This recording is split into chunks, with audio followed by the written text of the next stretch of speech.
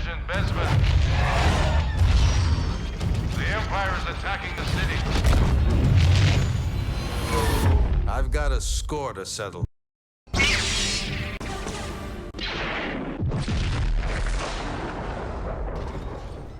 Hey guys, it's Matt here from Legacy Brick Studios, coming at you with a brand new Star Wars Battlefront trailer analysis video. And we have a lot of new reveals in this Battlefront Bespin update reveal trailer, so let's get right into it. So starting out, we get this beautiful look at Bespin Cloud City as the Falcon is being chased by a couple TIE fighters through the Tabana facilities. That's pretty much like a gas station, I guess. But we also get Billy D's voiceover in the background as Lando Calrissian. It's wonderful having him on board with Star Wars Battlefront and doing the voiceovers for the character. We also see in the background one of Lando's Bespin Cloud City guards holding his typical blaster, of course, from The Empire Strikes Back. You can't see it in this exact picture, but once he moves, you will see it. So there is also the Cloud Car, the new vehicle that we will be driving. By the way, Lando looks fantastic as a character model, and EA and DICE did a wonderful job with the look of the character itself.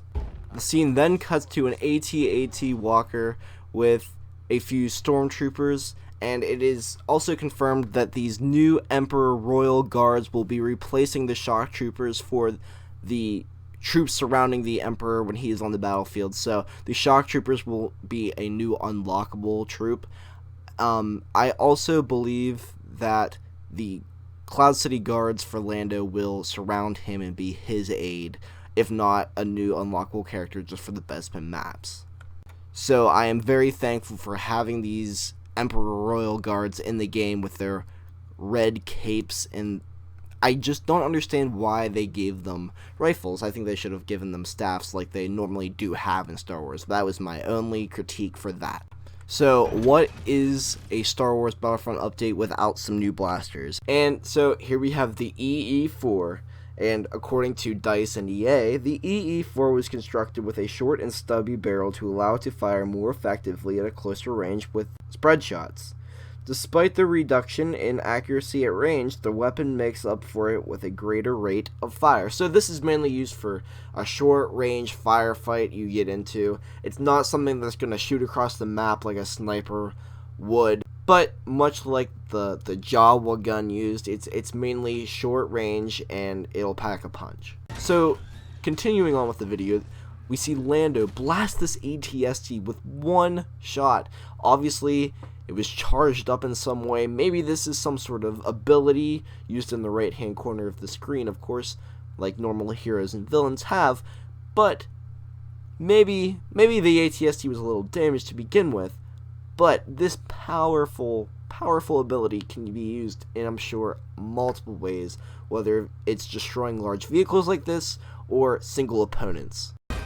And of course, continuing on with the video, we have the Scout Binocular Star Card, and once again, according to EA and DICE, they are powerful binoculars capable of revealing enemy units to the entire team. So basically, it's almost like pinpointing them on your minimap, and this can be used to help out your team, of course. But the thing with Star Wars Battlefront is there isn't that much teamwork incorporated into the game, so I do like to see more building upon that. By the way, guys, these abilities and new weapons and the list of maps and whatnot can be found on EA's website for the new Bespin DLC update news. So if you want to check that out as well, maybe I'll post a link down below. But what these binoculars really make me think of is having one of those droids with the guns on top, or the probe droid that you can send out. One of those two. It's almost like that, except for you to be able to find these people. It's almost the same type of mechanism that the droids use to fire at their targets that we are using in the game. So that's really cool, I believe. So let's also take a minute to look at these beautiful maps. So there you had Cloud City, and here is the Administrator's Palace is what it's being known as. And you can see the Imperial Shuttle in the back as well. And of course we see the depths of the carbon chamber, and that window is very familiar, I'm sure, the Luke and Vader sequence. So we have a ton of detailed maps that I'm so excited to see. In this shot we have here 2 cloud cars, of course, and you can automatically tell that there is obviously a difference between the two. One is a little darker than the other, and that is because they are more of a neutral ship, a neutral faction of ship, and I think that the different colors and look to them distinguish whether they are Imperial or part of the Rebellion. And you will notice in the background as well, there is that Tabana fueling station, just another little layer to the seemingly giant map that we are getting here. So as the cloud cars race through the city, one ends up being shot down by none other than the notorious bounty hunter Dengar, and he does have that long range rifle that is very powerful enough to shoot down vehicles in the sky, and he does have that accent given by Simon Pegg that we saw in Star Wars: The Clone Wars. Very cool. And here we also have a new weapon, and this one is the X8 Night Sniper. And according to EA and DICE, the X8 Night Sniper is a blaster pistol with decent damage, cooling power, and range. It stands out due to its enhanced scope with heat vision, capable of revealing humanoids in most weather and times of day. So we have a really cool new sniper rifle almost, but it's actually a pistol, and it locks onto the heat signature of the opponent. So very cool that we are now getting one of those heat vision snipers, and it's almost like one of those attachments in Call of Duty, but really cool to see that it's now being implemented in the Battlefront games. And so far we don't know if these weapons are going to be more of a HUT contract deal where you have to rank up and do all these achievements to gain the weapon, or if there's going to be another way to get these guns. Maybe it's just paying for them with the credits that we amount in the game. We have not gotten any word on that yet. So I'm very interested to see what they have us do in order to unlock these new weapons.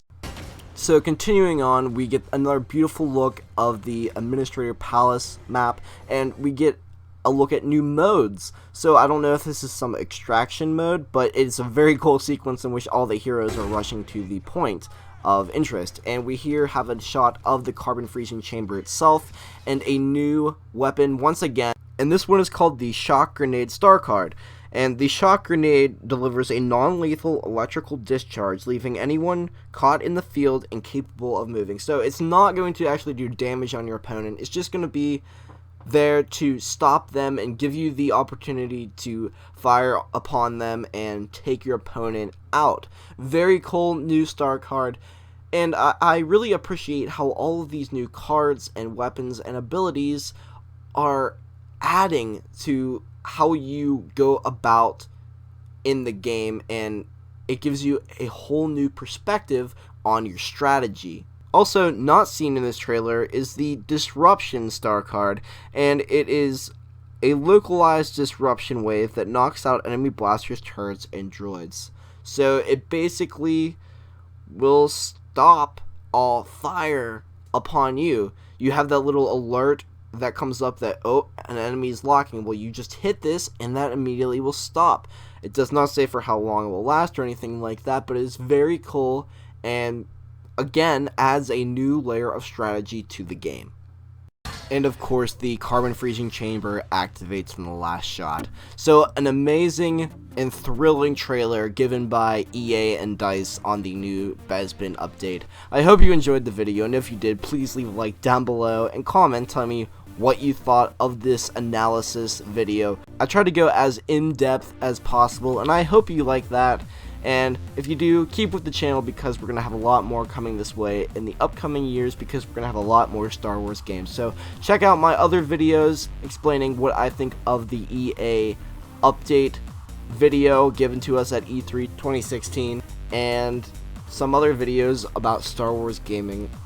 Keep it right here, guys, at the Legacy Brick Studios channel, and I'll see you next time. Bye-bye.